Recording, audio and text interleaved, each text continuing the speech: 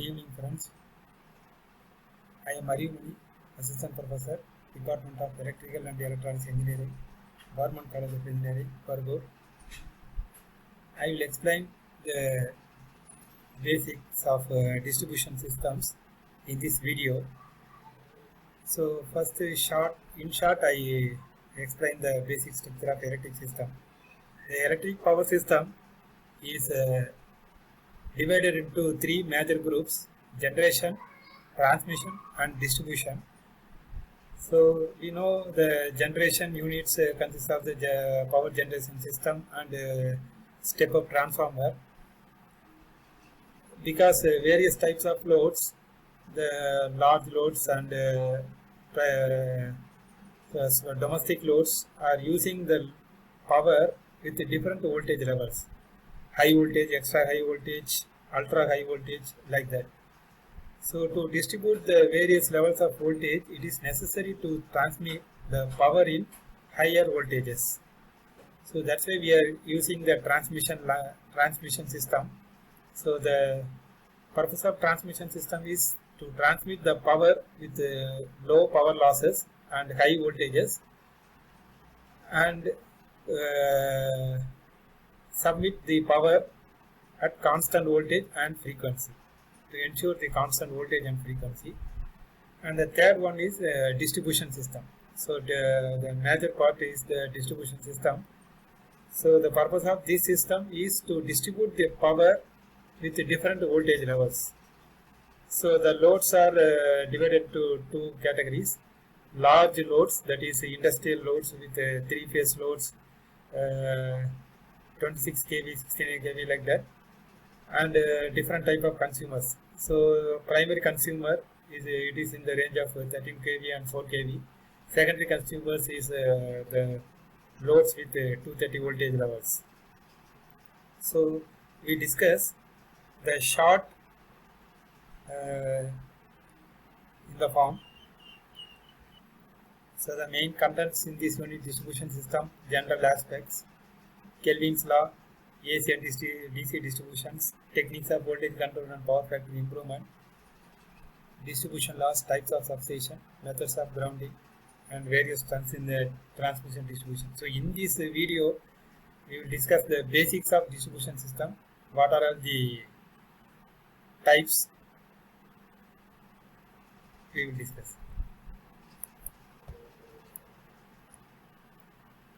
So the distribution system, the part of the power system which distributes electric power for local use, is known as distribution systems. So in distribution system, we have three basic components. The first one is feeder, second one distributor, and third one service mains. So feeder is a system. It takes the power, it transmits the power from sub-transmission system, not a transmission system, sub-transmission system, to the distribution systems. So a feeder is a conductor which connects the substation to the area where power is to be distributed. Generally, no tappings are taken from the feeder so that the current in it remains the same throughout. The main consideration in the design of a feeder is the current carrying capacity. So the difference between distributor and feeder is the transmission line used in the distribution system with no tappings. So it means the power transmitter, sending power, is equal to the receiving power. And the distributor, it takes the power from feeder and it is connected to different service mains. So service mains are the lines connecting the distributor line and the domestic homes. So in our homes we are using the power. We will see in the local lines.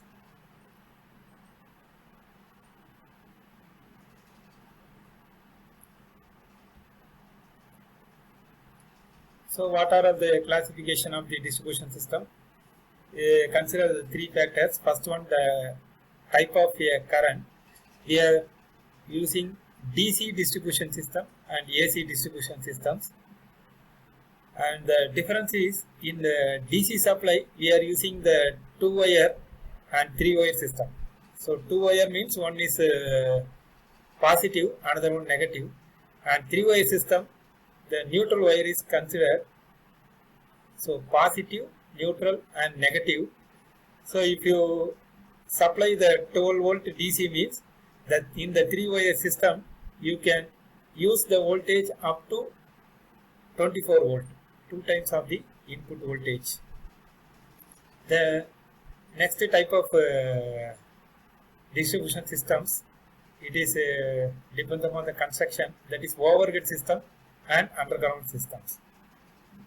We are using both systems, overhead transmission system and underground transmission system, and also in distribution system also we are using overhead type and underground type. So when comparing, the overhead system is employed for distribution because of 5 to 10 times cheaper than the underground system because of the construction. In transmission systems we are using insulators, we are designing insulators. In underground system the cost of cable is more. So the third type of classification is the scheme of connection. The first one radial system, second one ring main system, third one interconnector system. It is a type of distribution. Distributors we are using. So first one you see the AC distribution system, and another classification of DC transmission and AC distribution is the voltage. In DC distribution the voltage magnitude is considered. In AC distribution the frequency is must, constant frequency will be must. So in AC distribution it is classified into again 2 categories, primary distribution and secondary distribution. In transmission also we classify the primary transmission system and secondary transmission system, depends upon the voltage levels. So in primary distribution system the output of the substation is 11 kV. So 11 kV is distributed. So initially it is distributed into the large industry loads and another substation, because large industry loads are using the power with 11 kV, and the large loads are takes the power from primary distribution, and the small loads, domestic loads takes the power from secondary distribution. So primary distribution voltage level is 11 kV, and secondary distribution here it takes the voltage 400 volt and 230 volt. So 400 volt, 440 volts are the voltage between the two lines, line to line voltage, and 230 means it is voltage between phase to ground. So main points in the AC distribution, it is a part of AC distribution systems. The primary distribution voltages are 11 kV, 6.6 kV, 3.3 kV, and primary distribution is carried by 3-phase 3-wire system, because the ground is not needed in the primary system. In secondary system the ground is needed. It is the difference between 3-wire and 4-wire system. In 3-phase 3-wire system not uses the neutral wire or ground wire. In 4-wire system we are using the ground wire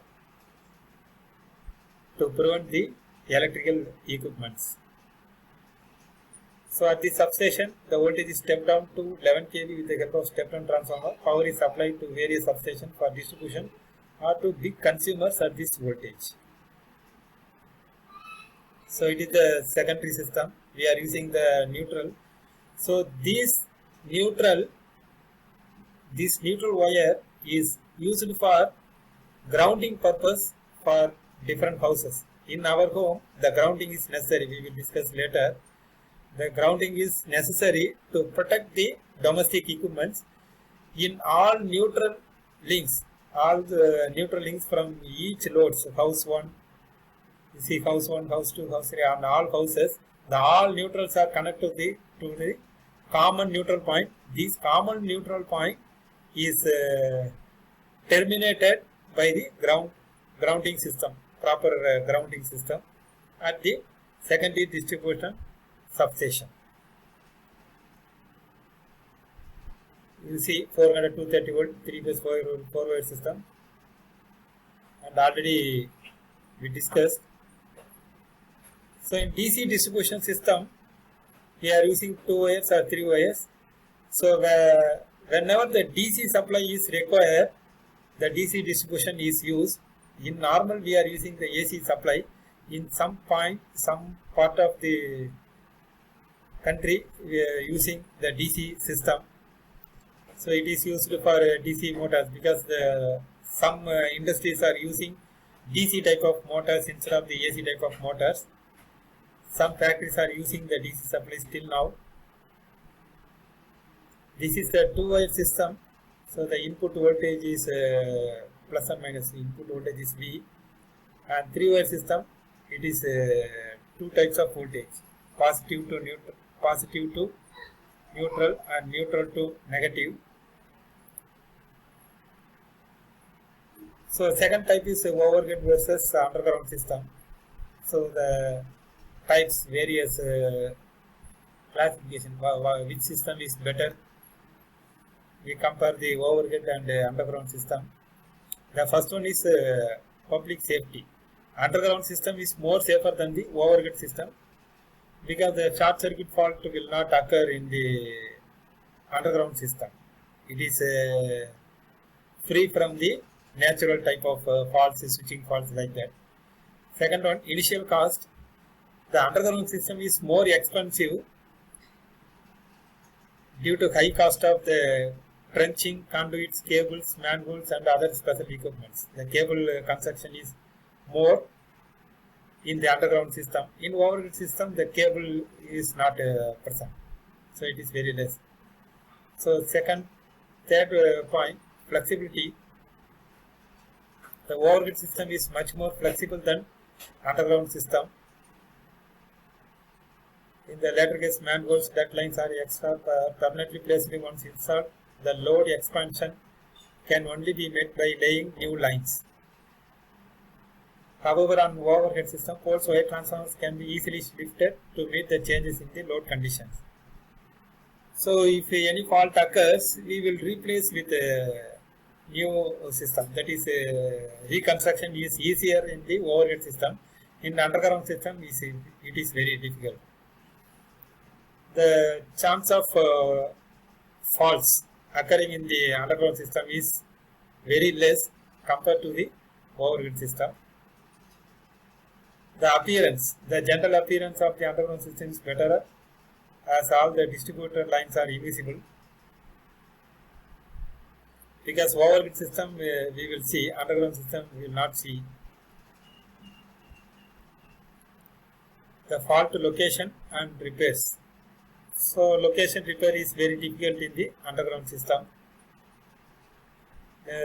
Seventh point is current carrying capacity and voltage drop. And overhead distributor conductor has a considerably higher current carrying capacity than an underground cable conductor of the same material and cross section. It will be discussed with the design, different design. The last point, the useful life. The life of a overhead system is 25 years and underground system is 50 years. Long life underground cables are used.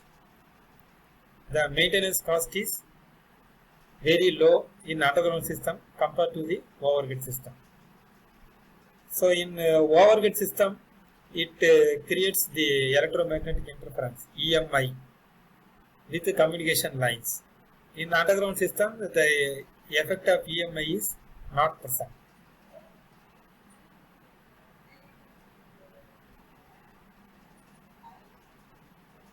So next one, radial system.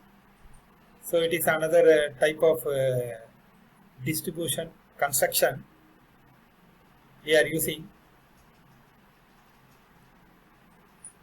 So you see in the diagram,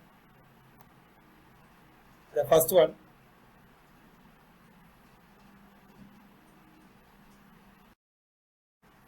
in radial system, we are using two types, that is DC distribution and AC distribution. So in AC distribution, we are using the transformer here. You see the first, the left side diagram shows the DC distribution system with the radial. So radial means all feeders are originated from the substation. So one end is connected commonly as a substation, and different feeders are radiated from the center, and the loads are tapping across the feeder as well as the distributor. So loads are tapping from the distributor, not feeder. So in AC distributors, we are using the transformers, because transformers are not using the DC supply system. So the same, and we will discuss the drawbacks. What are all the drawbacks of a radial system? The end of the distributor nearest to the feeding point will be heavily loaded. The load will be very high nearest point. And the second one, the consumers are dependent on a single feeder and single distributor. Therefore, any faults on the feeder or distributor cuts off the supply to the consumers who are on the side of fault away from the substation. And the third point, the consumers at the distant end of the distributor would be subjected to serious voltage fluctuations when the load of the distributor changes. So, for these drawbacks, the radial systems are using in low voltage levels, because if any fault occurs, then the entire system will collapse. That is the drawback for the radial system, because it is equivalent to the open circuit. And the second one is ring main system. So in ring main system, instead of radiation, the substation is connected at one end, and the different distributors, different loads distributors all are connected. A ring is connects on the all points between them. If any fault occurs, the one end will be disconnected. You see in this diagram, the ring is used only for not taking this. The ring is used only for connecting the all branches. The substation is also a single branch. So if a fault occurs between L, that is between M and S, between points M and S, if a fault occurs, it will be disconnected. If this line is disconnected, even the supply will not be interrupted. So even if you disconnect this supply, the substation supply will comes through the line S, R, Q, P, O, N, M. So the power will be remains same. But in radial system, if a fault occurs in OA, for example, this line will be interrupted. The power will be interrupted, so power will be changed. So this is the AC distribution with a ring main system. The primaries of distribution transformers form a loop. So that ring is called as a bus bar, substation bus bar, because bus bar is used to connect the loads, generation and transformers, all those things.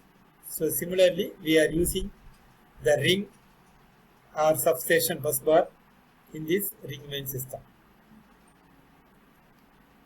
The advantages: there are less voltage fluctuations at consumer terminals. The system is very reliable because it is fed via two feeders.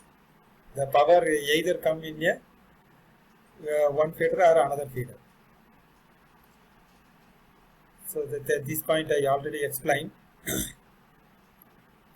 So next one, interconnected system. So the interconnected system is the ring main system with more substations are present, because one substation is not enough to satisfy the demand, the another substations are used. So this is called the interconnected system.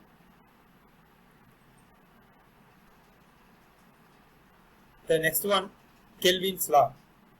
So the Kelvin's law is used as a optimization for conductor size. So in transmission system, the conductor parameter, that is resistance, inductance, that parameters are a function of conductor length and cross section. The length is a variable because various type of lengths are used, but the cross section area is constant. So we should decide the proper cross section area for a conductor for minimum power loss, minimum copper loss. So we see in this Kelvin's law, the cost of conductor material is generally a very considerable part of the total cost of transmission line. So it affects the cost, total cost. Conductor size increases, the total cost of the material is also increases. Because the cost of the conductor is proportional to the mass or weight of the conductor, and the weight of the conductor is always proportional to the volume. So volume is length and cross section. So the cost is depends upon the cross sectional area. So we have to optimize the system by equaling the two parameters. We consider the cost of the transmission line is divided into two groups. The first one, annual charge on capital outlay, and the second one, annual cost of energy wasted in the conductor. So we optimize these two costs to choose the most economical size of the conductor. So the first one, the annual charge on capital outlay. So it is expressed in a polynomial equation, the first order polynomial equation.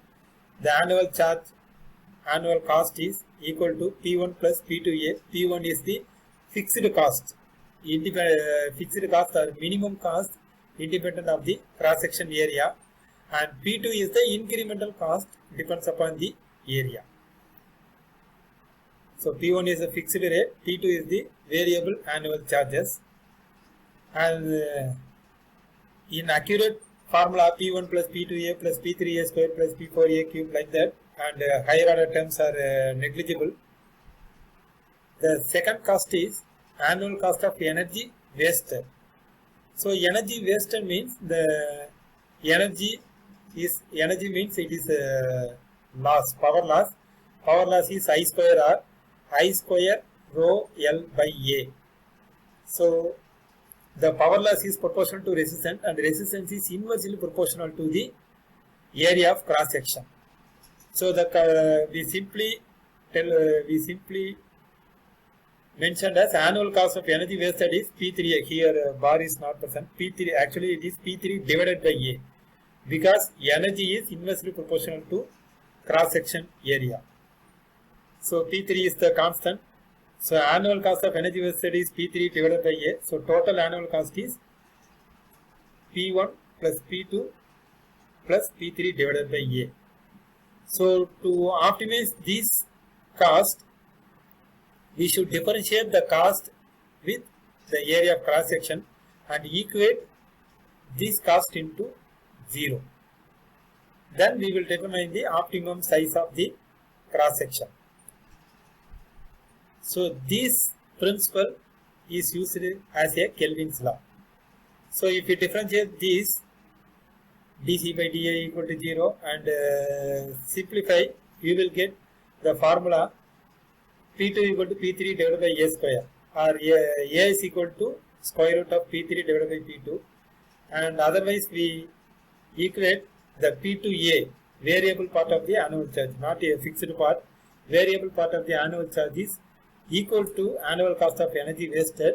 Then we will determine the area of cross section for the copper conductor. So Kelvin's law is stated as the most economical area of conductor is that for which the variable part of annual charge is equal to the cost of energy losses per year.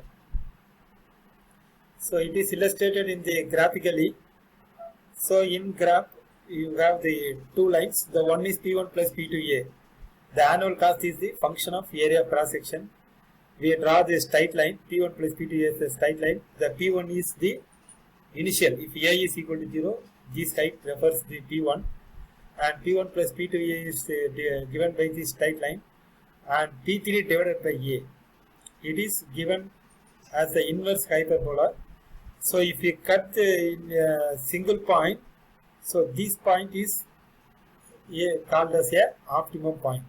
So in this point, the resultant curve P1 plus P2A plus P3 divided by A will be minimum.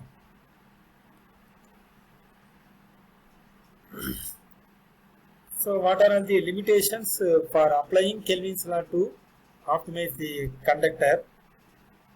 So it is not easy to estimate the energy loss in the line without actual load curves which are not available at the time of estimation.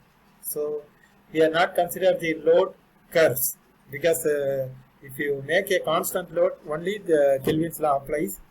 For variable law, it will not apply. The second one, the assumption that annual cost of on account of interest and depreciation on the capital outlay is in the form of P1 plus P2A is strictly speaking not true, because I already told actual characteristics is differs from the approximate curve P1 plus P2A. This law does not take into account several physical factors like safe current density, mechanical strength, corona loss, etc. So these we are assuming these factors are not present. But if you take consider these factors, the problem slightly less. The accuracy will be less. The conductor size determined with this law may not be always be practicable one, because it may be too small for the safe carrying of necessary current, because the theoretical values not applicable in practical.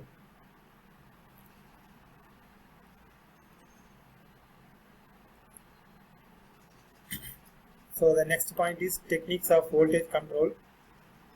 So there are various methods. Only we will discuss the methods. In next video we will clearly discuss the voltage control and power factor control methods. So in CRISP I will explain what are the types of voltage control present in a distributed lines, the excitation control, tap changing transformers, auto transformers, tap changing, booster transformer, induction regulators, and using synchronous condensers. Okay, so I will close this session. If you have any doubts, you can comment in this video. Thank you.